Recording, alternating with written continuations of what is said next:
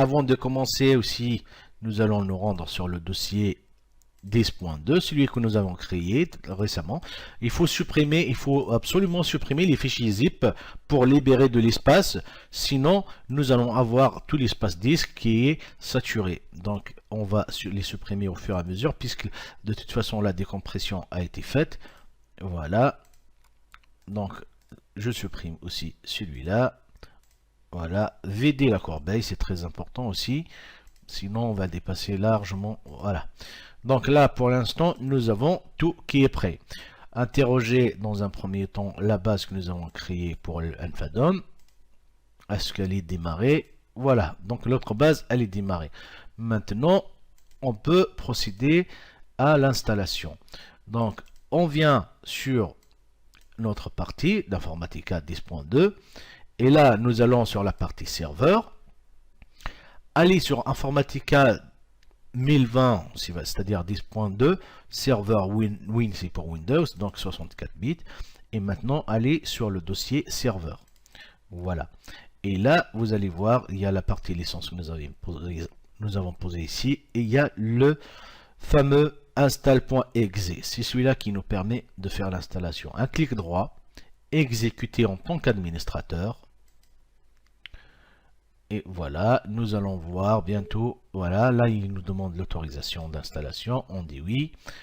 Et la procédure d'installation commence déjà par faire des extractions de tous les fichiers pour pouvoir avancer aussi par la suite.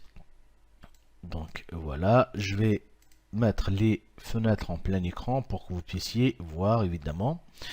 Je vais profiter tout au long de l'installation aussi par la suite pour vous montrer comment vous pouvez procéder à des connexions via le TNS-Name. Là, par exemple, pour cette connexion, on s'est connecté avec des services, mais ce qui est très compliqué dans l'entreprise, d'en renseigner à chaque fois la machine, le port, le service. Donc, nous allons passer par des connexions TNS. Je vous montrerai comment faire ça sur le fichier TNS-Name. Mais pour l'instant, nous allons voir pour l'installation. Donc là, la première fenêtre d'Informatica, tout en haut à droite, vous avez bien vu le bienvenu, étape 1 sur 8. Donc on en a 8 étapes à traiter. Ici, on nous demande est-ce que nous allons faire l'installation d'Informatica ou bien c'est la mise à niveau. Donc là, nous, en l'occurrence, c'est l'installation pure, donc pas de mise à niveau. Là, on choisit la deuxième option si on avait déjà Informatica d'une version antérieure et qu'on souhaitait le faire passer à la 10.2. Les conditions de la licence, il faudrait les accepter, sinon on ne pourrait pas passer vers les installations prochaines. Donc, accepter les conditions générales et faire suivant. Voilà, maintenant, qu'est-ce qu'il nous demande comme prérequis? Il faudrait avoir au minimum un espace disque disponible de 10 Go et de la mémoire RAM 6 Go au minimum. Les spécifications de la base de données, là il nous demande de vérifier la version de la base de données d'Oracle. Donc là, moi en l'occurrence, ce que j'avais pris c'est la 11GR2, ce que je vous ai préconisé. Après, vérifier le compte utilisateur de la base de données. Donc, le compte utilisateur doit disposer des autorisations pour créer et supprimer des tables et des vues et pour insérer, mettre à jour et supprimer les données. Donc, ça, c'est ce que nous avons fait lors de la création du schéma. On lui avait attribué tous les rôles et les privilèges nécessaires pour faire toutes ces tâches. Il y a certaines tâches préalables à faire aussi.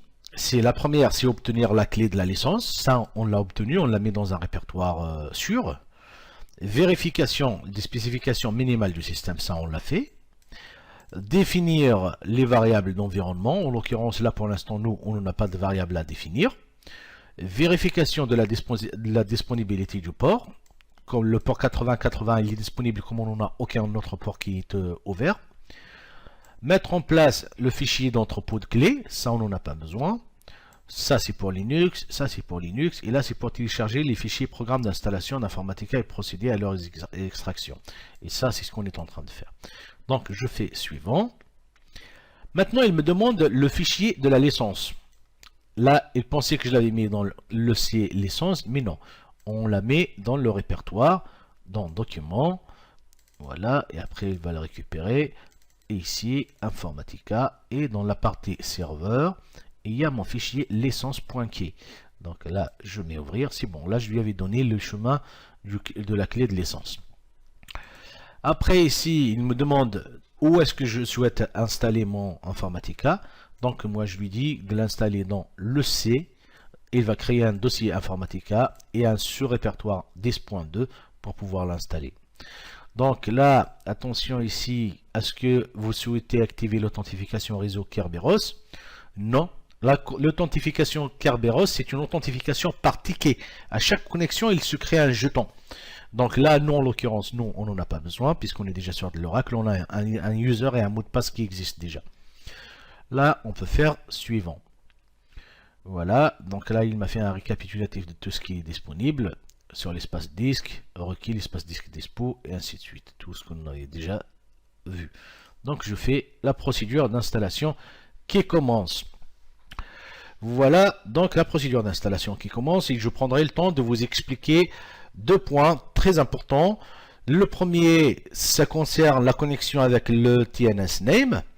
Et la deuxième aussi, c'est pour voir comment paramétrer votre SQL Developer pour qu'il y accède à ce fichier de TNS Name.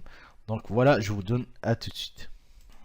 Donc voilà, pour pouvoir paramétrer votre fichier TNS Name, vous devrez aller sur votre répertoire d'installation d'Oracle. Donc c'est dans le C, le Apps, et après Formation Power Center, Produit, 11.2, DB Home, et là on va chercher le dossier Network. Voilà, et là on va y aller dans Admin, ici. Et il y a notre fichier tnsname.ora. Voilà, ce point il est très important, donc je vais vous agrandir la fenêtre pour que vous puissiez voir. Et en attendant, on laisse la connexion progresser au fur et à mesure. Voilà. Donc ce répertoire, on en a besoin, parce qu'il faut le renseigner dans SQL Developer.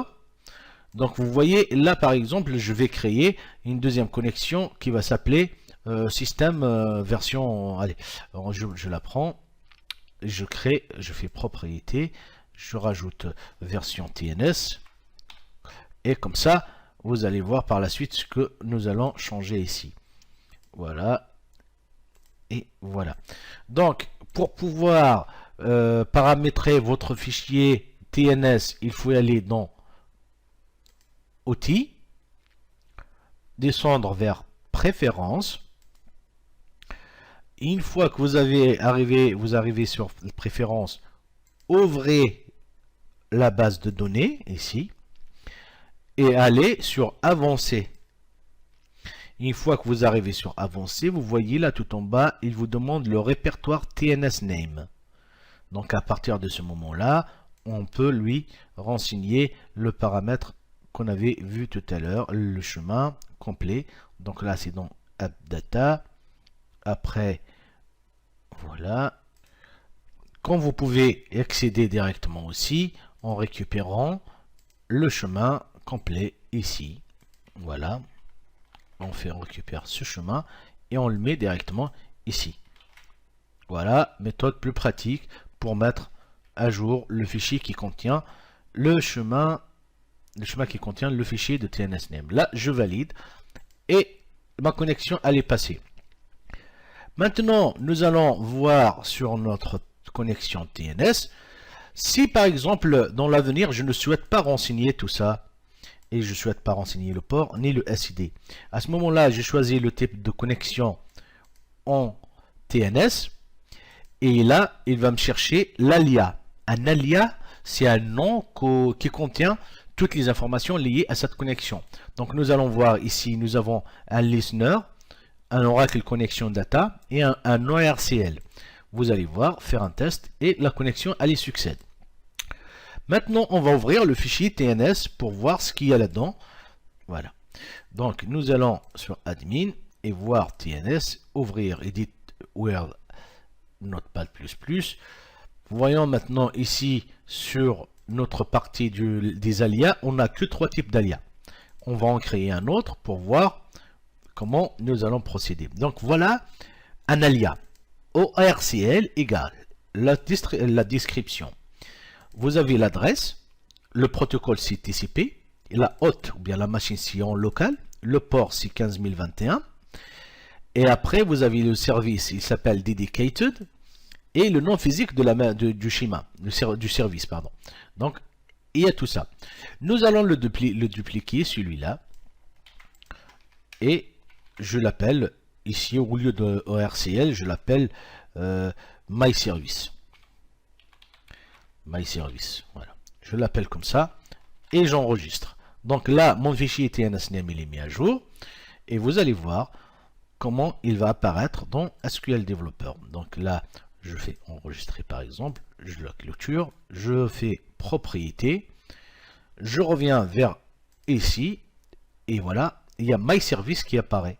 Mais MyService, il contient les mêmes informations exactes que ORCL. Donc si je le fais comme ça, test, et ben on a pareil, exactement le même résultat, on y en succède. Donc je peux l'enregistrer avec MyService. Le but de tout ça, c'est que prochainement, lors de l'enregistrement des connexions, vous n'êtes pas obligé de passer ah oui, c'était quelle machine, c'était quel port, ou bien c'était quel service sur lequel je pointe. Vous avez un fichier TNSNAME qui est enregistré. Vous n'avez qu'à venir ici choisir un alias qui est déjà prédéfini dans le fichier TNSNAME que nous avons créé. Voilà. Bon, il est déjà créé à la base lors de l'installation de la base de données Oracle. Voilà, cette partie, elle est très importante, hein, la connexion via TNSNAME, c'est très important.